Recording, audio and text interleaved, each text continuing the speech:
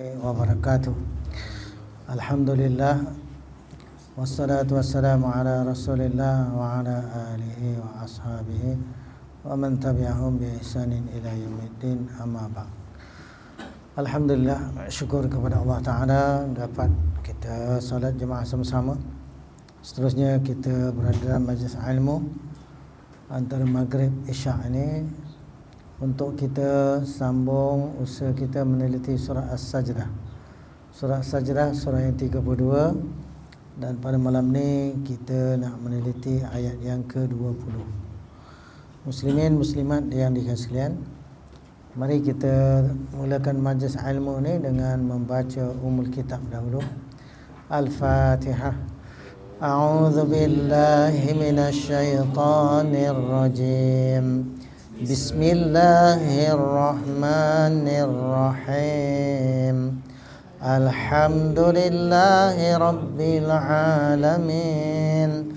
Ar-Rahmanir-Rahim. Maliki yaumiddin. Iyyaka na'budu wa iyyaka nasta'in. Ihdinas siratal mustaqim. صراط الذين أنعمت عليهم غير المغضوب عليهم ولا الضالين آمين. InsyaAllah kita sama-sama perhatikan ya, ayat yang ke-20 daripada surah Sajdah. Jadi saya baca, jemaah ikut. أعوذ بالله من الشيطان الرجيم.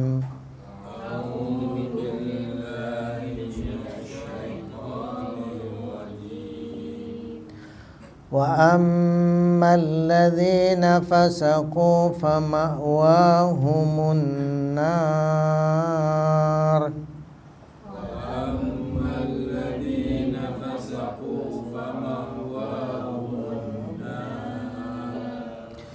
كلما أرادوا أن يخرجوا منها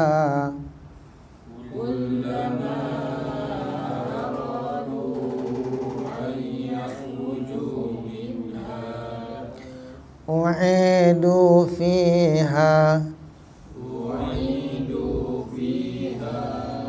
وقيل لهم ذوقوا عذاب النار.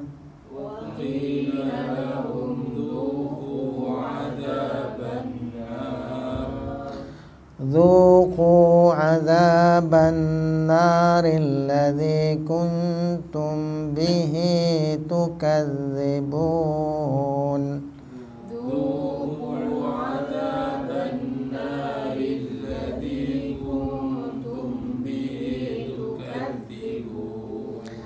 Sadaqallahul azim.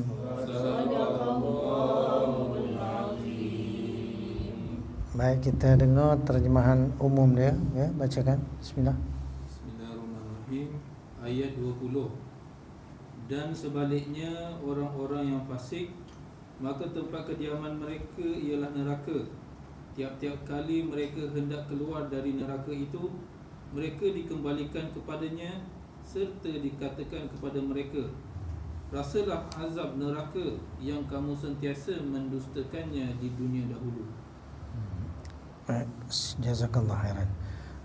Itu terjemahan umum ya. Mari kita tengok makna perkata ya, setiap kalimat yang ada dalam ayat ini. Baik, sama-sama perhatikan daripada awal ayat. Wa dan amma adapun, alladzina orang-orang yang fasaqu telah fasik oleh mereka. Baik, fasaqu ni fi'il madhi ya. Jadi fi'il madhi dia punya ganti nama fa'il tu mereka. Itu dapat kita perhatikan dalam tulisan tu waw alif. Baik, perkataan fasik, fasaku, telah menyimpang oleh mereka, telah menyimpang. Jadi kita selalu guna dari bahasa Arab dimelayukan fasik, fasik lah, telah fasik oleh mereka. Fasaku tu makna telah fasik oleh mereka.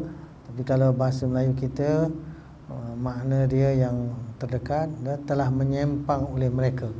Makna menyimpang dari kebenaran, menyimpang dari ketaatan, ya.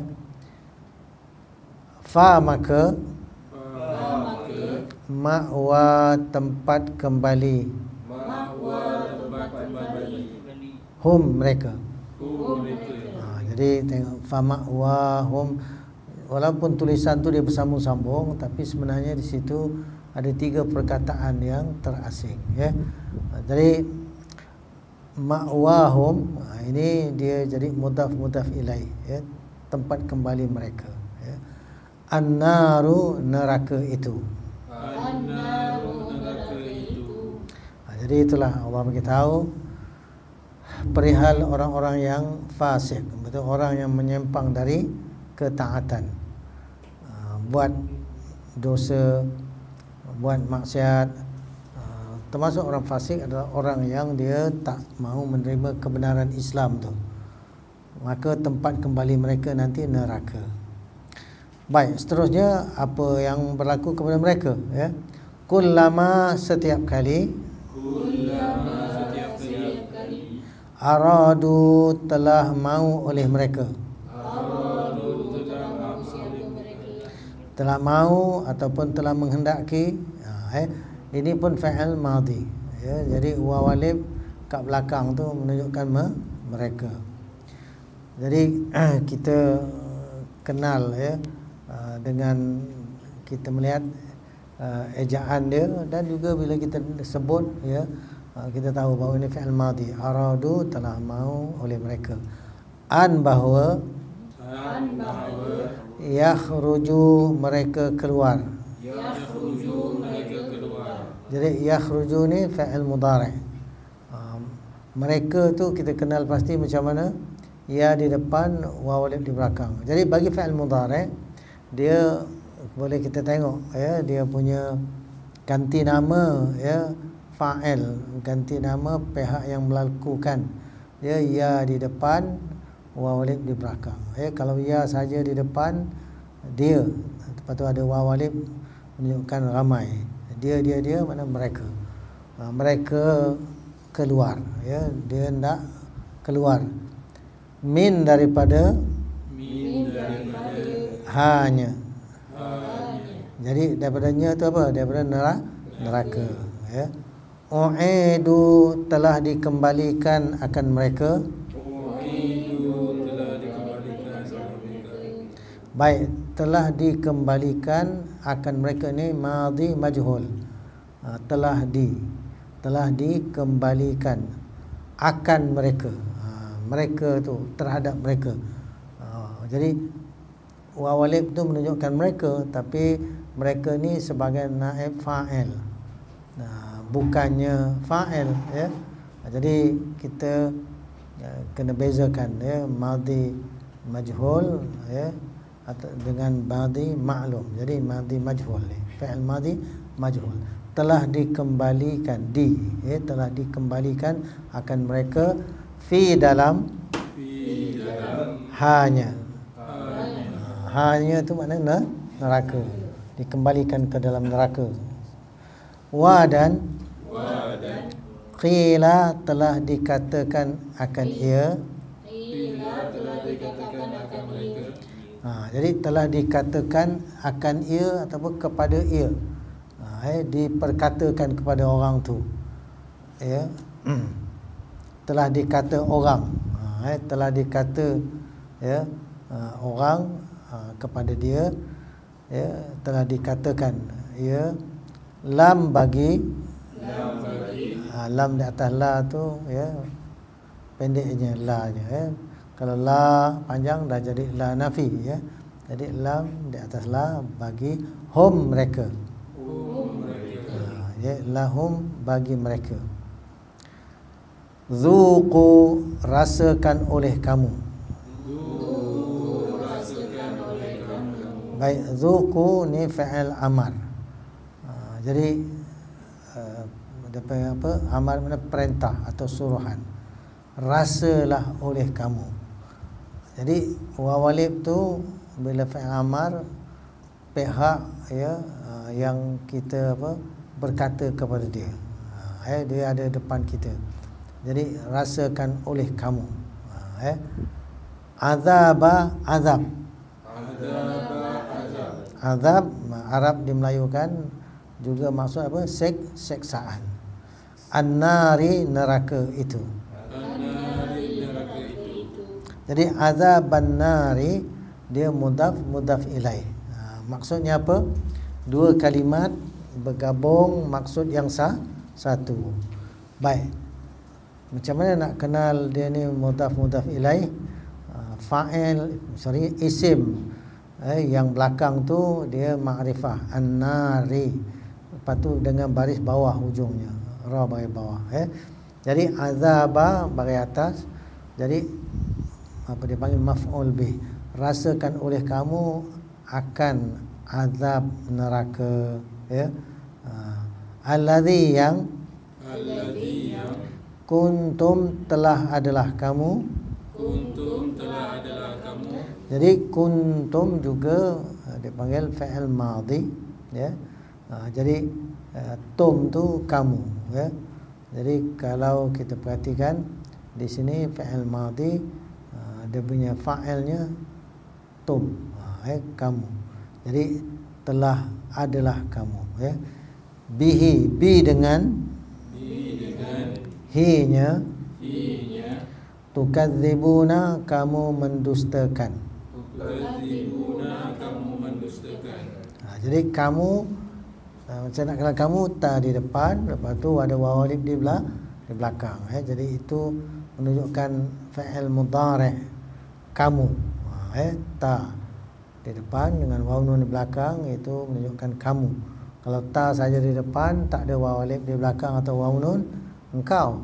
Jadi ini fi'il mudhari' kamu mendustakan. Jadi dustakan ni maknanya kamu tak percaya, kamu mengingkari, ya, mengenai apa yang telah, ya, kebenaran yang telah disampaikan. Baik, itu satu ayat yang panjang juga tu, ya. Jadi ayat ni mengingatkan kita golongan yang kedua, ya. Golongan yang pertama dulu, kesempatan terdahulu kita dah kaji, ya. Sebab Allah tanya daripada ayat yang ke-18, afaman kana mu'minan kaman kana fasiqa la yastawun. Allah tanya kepada kita, apakah maka orang yang telah adalah dia mukminan itu beriman, kaman ka seperti man orang yang siapa yang kana telah adalah dia fasiqan, keadaannya fasik, itu menyimpang dari ketaatan. Jadi Allah tanya kepada kita untuk kita berfikir dan mengkaji, ya, orang yang begini sama ke? Apakah dia seperti ka tu seperti man orang yang kana fasiqah? Apakah orang beriman ya sama dengan orang fasik? Jawapannya la yastawun, tiada mereka sama. Jadi apa yang berlaku? Ayat berikut Allah beritahu, ammal ladzina amanu wa amilus solihat. Ini dia. Adapun orang yang telah beriman oleh mereka dan telah beramal oleh mereka dengan amal yang solihat, yang baik-baik.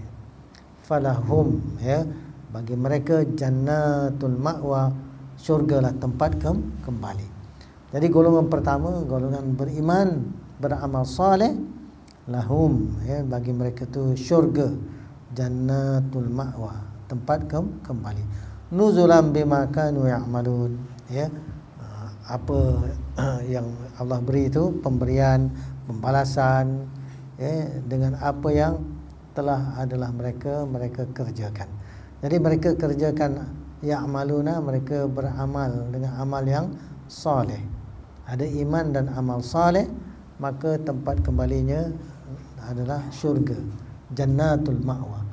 Baik, di sebaliknya, inilah Allah nak bagi tahu kita, adapun orang-orang yang wa ammal ladzina fasaqu, adapun orang-orang yang telah fasik oleh mereka, fa ma'wahumun nar, tempat kembali mereka neraka. Ni fasik yang macam mana ni? Jadi banyak ayat Al-Quran yang menerangkan, memberitahu pada kita perihal fasik. Satu, perihal iblis. Iblis bagaimana dia kita kata bermula derhaka, menyimpang dari perintah Allah ketika Allah perintahkan usjudu li Adam. Dalam suratul Kahfi Allah bagi tahu, wa idh qulna lil malaikati isjudu li Adama fasajadu illa iblis kana minal jinni fafasaqa an amri rabbih. Ingat ketika telah berfirman atau telah berkatalah oleh Tuhan kau, ketika kami telah berkata pada para malaikat, wa idh qulna, dan ingatlah ketika kami telah berkata lil malaikah, bagi para malaikat, usjudu li Adam, sujud kamu semua bagi Adam. Perintah Allah Ta'ala kepada para malaikat untuk berikan penghormatan kepada Nabi Adam dengan sujud sebagai tahiyah penghormatan. Fasajadu illa iblis, telah sujud mereka semua melainkan iblis. Kana minal jinni fafasaqa an amri rabbi, adalah dia daripada golongan jin. Fafasaqa, telah menyimpang ia, an amri rabbi, daripada perintah Tuhannya. Jadi iblis dia golongan yang buat pilihan yang salah. Allah perintah dan mereka, para malaikat semua tunduk patuh kepada perintah Allah, melainkan iblis. Allah kata dia daripada golongan jin yang telah menyimpang daripada perintah Tuhannya. Dalam surah Al-Baqarah ayat yang hampir sama bunyinya, Allah beritahu usjudu li Adam fasajadu illa iblis aba wastakbara wa kana minal kafirin. Jadi iblis ni aba wastakbara, telah enggan dia. Enggan makna tidak mahu ikut perintah Allah. Wastakbara, dan telah membesar diri dia, takbur. Jadi takbur makna membesar diri. Aba, telah enggan. Jadi perangai begitu perangai fasik namanya. Dan iblis Allah kata dia golongan yang kafir. Wa kana minal kafirin, adalah dia daripada golongan yang kafir, derhaka kepada Allah Subhanahu wa taala. Jadi kita di dunia, kita diuji apakah kita nak melaksanakan ketaatan atau di sebaliknya. Jadi dalam Al-Quran ada ayat-ayat yang mengingatkan kita, kalau tidak berhukum dengan hukum Allah, maka dia masuk dalam beberapa kategori. Cuba tengok ayat tu, dalam surah An-Nur, wa man lam yahkum bima anzalallah fa ulaika humul kafirun. Ada lagi satu ayat lagi, wa man lam yahkum bima anzalallah fa ulaika humuz zalimun. Satu lagi adalah wa man lam yahkum bima anzalallah fa ulaika humul fasiqun. Kan? Jadi fasiqun itulah yang kita nak kena faham juga. Iaitu wa man lam yahkum bima anzalallah, orang yang tiada dia berhukum dengan apa yang Allah turunkan. Maknanya tidak mahu mengikut syariat Allah, tidak mahu mengikut peraturan Allah, tak mahu mengikut ketetapan-ketetapan yang Allah telah tetapkan. Allah kata ini halal, dia tak mau terima. Allah kata ini haram, pun dia tak terima juga. Ada yang haram dia jadikan halal, ada halal dia jadikan haram. Kalau buat perangai macam ni, ini termasuk golongan orang yang fasik, menyimpang dari perintah Allah. Dan dalam surah At-Taubah, ada Allah beritahu kalau orang yang dia buat macam Yahudi Nasrani buatlah, halal jadi haram, haram jadi halal. Kemudian orang semua ikut apa yang dibuat oleh para pemimpin dan ketua-ketua daripada ahli kitab ni, ya. Mereka sebenarnya membuat peraturan undang-undang lawan undang-undang Allah. Maka Allah kata ini menyembah golongan yang begitu. Jadi kalau kita tengok dalam surah At-Taubah, ya. Surah At-Taubah ni surah yang ke-9.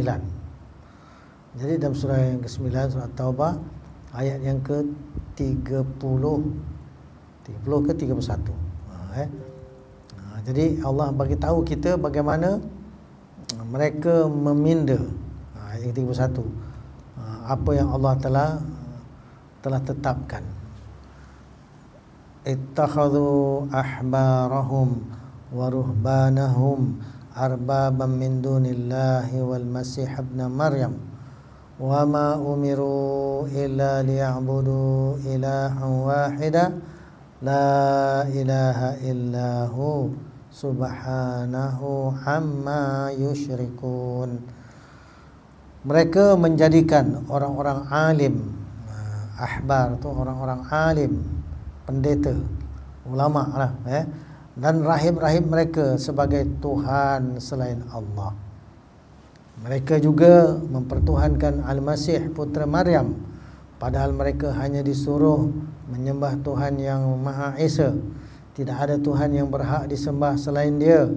Maha suci Allah dari apa yang mereka persekutukan. Jadi catatan tu ada disebut. Maksudnya mereka mematuhi ajaran-ajaran orang-orang alim dan rahib-rahib mereka dengan membabi buta.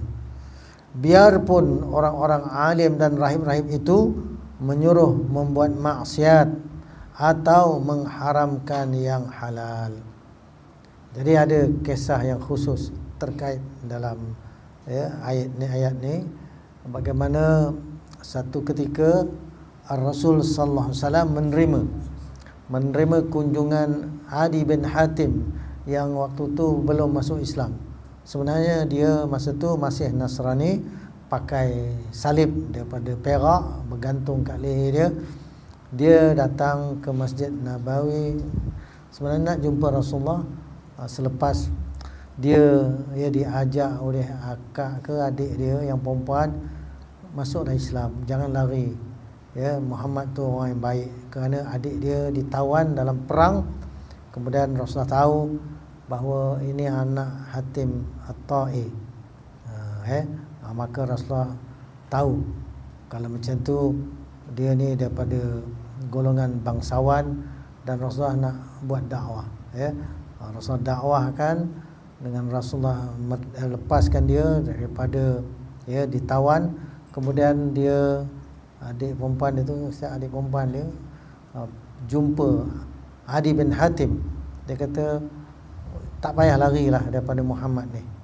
Kau lari macam mana pun nanti pasti dia akan menjumpai engkau balik. Eloklah engkau pergi jumpa dia, menyerah diri, masuklah Islam, kerana Muhammad tu sangat bagus. Jadi Adi bin Hatim datang ke Masjid Nabi, dia nak masuk Islam. Tapi datang tu masa tu masih lagi berpakaian rahib.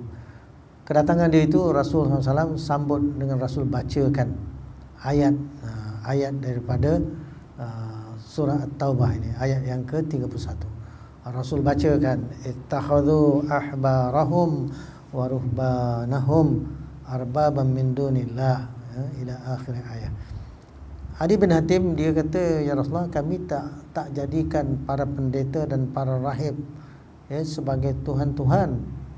Rasul kata apa? Bala, bahkan apa yang kamu buat yang sehingga Allah kata begitu.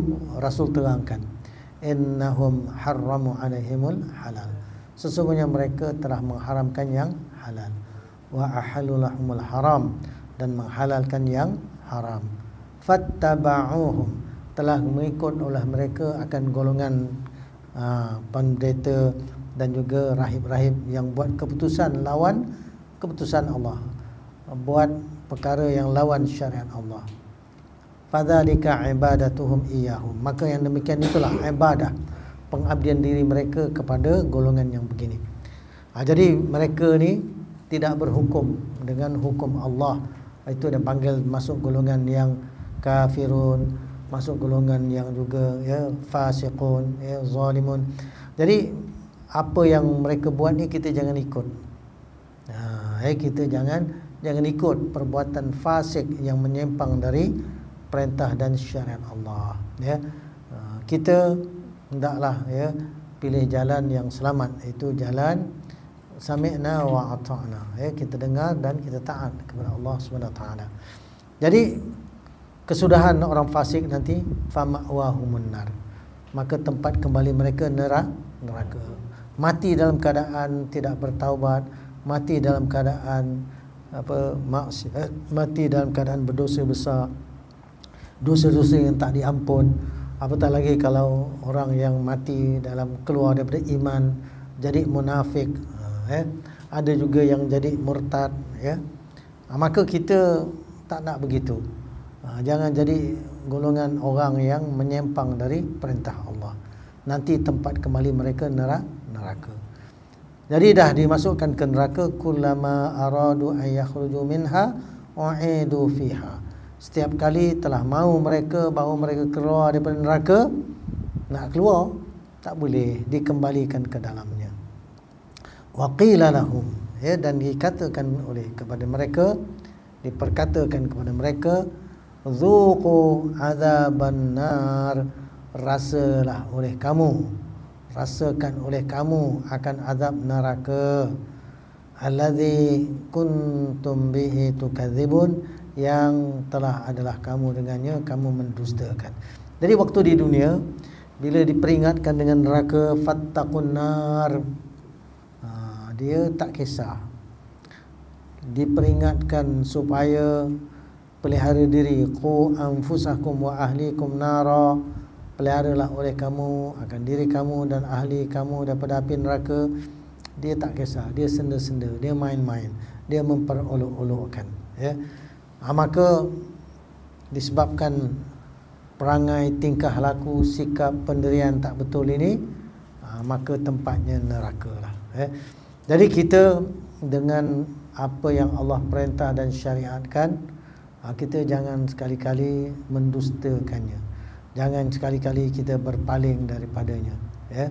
Jangan sekali-kali kita lawan perintah Allah. Jangan kita lawan syariat Allah. Baik, dalam surah apa? Dalam surah Haji, surah yang ke-22, ya. Ada ayat yang menceritakan perkara yang sama, ya. Surah Haji, surah yang ke-22, ayat pun ayat yang ke-22 juga, ya. Tadi dalam kitab tafsir bila saya semak, ya, Allah Ta'ala ingatkan, ya, ni orang yang kullama aradu ay yakhruju minha min ghammin u'idu fiha wa dhuqu 'adzabal hariq. Setiap kali mereka hendak keluar dari neraka lantaran kesengsaraan mereka, min ghammin, sengsara, payah, susah, tak seronok, u'idu fiha, dikembalikan mereka ke dalamnya. Kepada mereka dikatakan, rasailah azab yang membakar ini. Jadi kita diberi ingat di dunia lagi, ya, jangan buat pilihan yang salah. Kalau kita dah silap buat keputusan, silap buat tindakan yang mengheret ke dosa, ke lembah maksiat, maka kita cepat-cepat, ya, bertaubat. Baik, ada perkara-perkara yang diwajibkan. Apabila kewajipan itu diabaikan, maka berdosa. Kewajipan ni ada kewajipan fardu ain, ada fardu kifayah. Jadi kita nak kena sedar, ada yang setiap individu dia kena laksanakan sesuatu amal tu, kewajipan itu. Tak boleh nak suruh orang lain tolong buatkan. Dia sendiri kena, dia sendiri kena buat perkara itu. Contohlah makan yang halal. Dia kena makan yang halal lah. Jangan makan yang haram. Dia tak boleh cakap orang, kau tolong makan dengan aku. Ataupun kita kata ada kewajipan, contoh solat. Solat, setiap individu kena solat. Kalau dah mati besok barulah orang solat kan. Tapi tak boleh kata kau tolong solatkan untuk aku. Cakap dia besok kau mati besok, bolehlah aku tolong solatkan. Tapi kita faham bahawa ini fardu ain, setiap orang kena buat. Tak boleh nak paskan orang lain. Begitulah juga puasa contohnya. Ini fardu ain. Ada fardu kifayah. Fardu kifayah ni makna kewajipan yang Allah wajibkan kepada semua orang. Semua orang bertanggungjawab untuk melaksanakan kewajipan itu. Kalau dah ada segolongan daripada kita atau kaum muslimin menyempurnakan kewajipan itu, maka dah terangkat, dah selesai dah. Jadi dalam hal ini selalunya dibuat contoh adalah menguruskan jenazah. Tapi bukan jenazah saja sebenarnya. Banyak kewajipan lain. Contohnya, inilah kita kata dalam mengatur urusan umat. Wajib kita semua melaksanakan ekonomi Islam. Dan ekonomi Islam ni luas. Kalau dalam bahasa moden kita ada makroekonomi ataupun mikroekonomi. Maka makroekonomi itu macam mana, mikroekonomi macam mana, kena kita belajar dengan ilmu.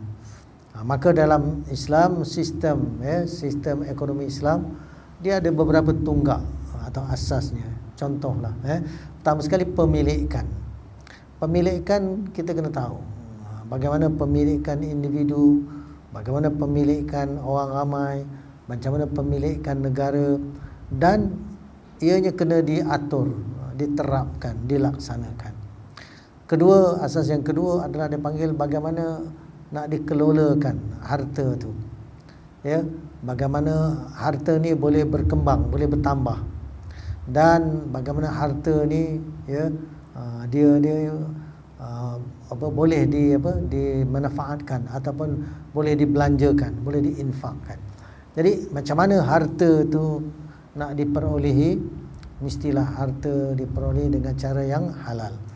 Nak belanjakan, nak digunakan juga mestilah dalam rangka ketaatan ataupun ibadah, bukan dibelanjakan kepada yang haram. Kemudian asas yang ketiga adalah dipanggil bagaimana pengagihan harta-harta kekayaan yang Allah beri, supaya apa? Supaya harta ni tidak berada di tangan orang-orang yang kaya saja.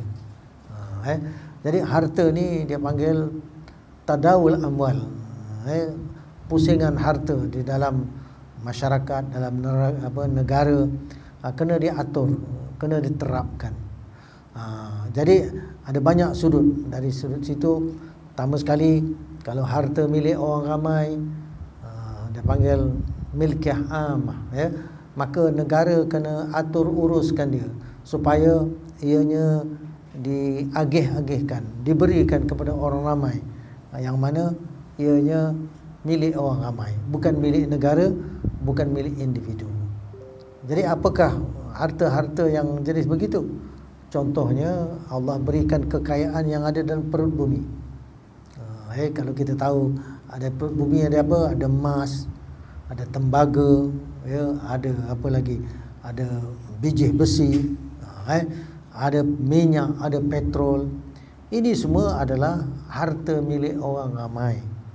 Dan ianya dikeluarkan, diatur, dikeluarkan hasil itu, dikeluarkan dari perut bumi, diproses, kemudian hasilnya dalam bentuk kita kata cairan itu sendiri, ataupun kita kata income daripada minyak ini kena dikembalikan kepada kepada orang ramai. Bukan minyak saja, income daripada emas, income daripada galian-galian dalam perut bumi, tembaga, arang batu. Bayangkan bila itu dilaksanakan ya dengan apa yang Allah syariatkan, maka kekayaan yang Allah beri ini melimpah ruah, lebih daripada cukup. Ini fardu kifayah. Apabila tidak dilaksanakan, pemerintah dia ada bidang kuasa, tapi bila dia tak buat, maka umat kena betulkan para pemerintah ini, kena dimuhasabah, kena dibetulkan. Itu sebab kita kena tahu negara dia ada bidang kuasa, tetapi kalau negara itu bukan negara Islam, macam mana dia nak terapkan syariat Islam? Dia tak akan terapkan. Dia akan meneruskan sistem yang bukan Islam, yang diwarisi daripada musuh-musuh Islam pula tu. Jadi ini yang berlaku dalam dunia hari ini. Dan selagi ekonomi itu tidak jadi ekonomi Islam, selagi undang-undang bukan undang-undang Islam, sekali mahkamah pun bukan mahkamah Islam, bahkan pendidikan pun bukan pendidikan Islam yang sebenar-benarnya. Jadi ini semua fardu kifayah yang perlu dilaksanakan. Selagi tak terlaksana, maka berdosa. Apatah lagi bagi orang yang mengabaikan, tak peduli, berusaha untuk apa syariat ini diterapkan, maka berdosa. Jadi ini dosa-dosa fardu kifayah yang mungkin orang tak sedar. Apatah lagi pemerintahan, dasar-dasar luar negara, termasuklah ketenteraan dan keselamatan. Jadi kalau kita perhatikan apa yang Allah beritahu dalam Quran ini, ya, menakutkan kita, ya. Kerana apa? Bagi orang yang mendustakan kebenaran, mendustakan syariat Allah, mendustakan kitabullah, mendustakan as-sunnah, dikhawatiri mereka menjadi golongan yang fasik. Fasik yang mana nanti tempatnya ke neraka. Fama'wahumun nar. Na'udzubillah min dzalik. Jadi untuk itu penting kita mengkaji secara mendalam dan menyeluruh, ya, mengenai apa dia perkara-perkara yang diwajibkan, yang difardukan kepada kita, baik fardu ain maupun fardu kifayah. Dan fardu kifayah adalah perkara yang selagi tidak disempurnakan, maka kewajipan itu belum terangkat lagi. Jadi bagi mereka yang mengabaikan, tak mempedulikan, membiarkan sahaja, maka besok di akhirat penyesalan. Kerana apa? Kerana dituntut, ya. Begitulah juga kita tengok saudara kita yang di Gaza, yang ada di bumi Palestin. Yahudi itu begitu zalim, memperlakukan apa saja dia hendak tanpa peri kemanusiaan, ya. Bahkan peri kebinatangan pun tak ada. Kalau mereka ni binatang pun ada standard dia, ya. Yang ni lebih teruk daripada itu. Maka saudara-saudara kita itu menunggu mana tentera-tentera Islam yang patut datang untuk lawan balik. Tapi bila tentera Islam tu tak datang, maka kita kena faham kenapa tentera-tentera Islam tak digerakkan. Kerana kenegaraan yang ada bukan kenegaraan Islam. Maka negara bangsa hanya sibuk menjaga kepentingan kebangsaan masing-masing, national interest dia panggil, ya. Maka tentera-tentera hanya menjaga kerajaan negara bangsa, menjaga kepentingan negara bangsa, bukan menjaga kepentingan dunia umat Islam, bukan untuk membela kaum muslimin yang ditindas, yang diinaya, ya. Jadi untuk itu kita sebagai umat Islam kena tahu mana masalah dan apa jalan penyelesaian dia. Jadi umat Islam kena diajak kembalilah kepada ajaran Al-Quran dan As-Sunnah secara keseluruhan, dalam erti kata yang benar, bukannya hanya atas pengakuan atau retorika, bunyi eja cakap lain, buatlah lain. Jangan kita jadi golongan begitu. Bahkan Allah Ta'ala benci, kabura maqtan 'indallah an taqulu ma la taf'alun. Besar kemurkaan, kebencian di sisi Allah Ta'ala bahawa kamu cakap apa yang kamu tak buat. Jadi untuk itu, inilah ayat-ayat yang kita baca ini mengingatkan kita bahawa kita tidak boleh duduk diam, tapi kita kena berusaha berdakwah, menyadarkan umat kembalilah kepada kitab Allah dan as-sunnah secara keseluruhan sebagaimana Rasul dan para sahabat telah mengamalkannya. Jadi pada malam ini itu saja yang sempat pada malam ini kita akhiri dengan doa. Bismillahirrahmanirrahim. Alhamdulillahirabbil alamin wassalatu wassalamu ala asyrafil anbiya'i wal mursalin wa ala alihi washabihi ajmain. Allahumma arhamna bil Qur'an waj'alhu lana imaman wa nuran wa hudan wa rahmah. Allahumma dzakkirna minhu ma nusina wa 'allimna minhu ma jahilna warzuqna tilawatahu ana al-laili wa atrafan nahar waj'alhu lana hujjatan ya rabbal alamin. Rabbana atina min ladunka rahmah wa hayyi' lana min amrina rasyada. Allahumma ansuril Islam wal muslimin wal mujahidin fi Palestin wal mujahidin fi kulli makan wa fi kulli zaman. Rabbana atina min ladunka rahmah wa hayyi' lana min amrina rasyada. Wa sallallahu ala sayyidina Muhammad wa ala alihi wa sahbihi ajma'in. Alhamdulillahirabbil alamin. Sekian, assalamualaikum warahmatullahi wabarakatuh. Subhanakallahumma wa bihamdika asyhadu an la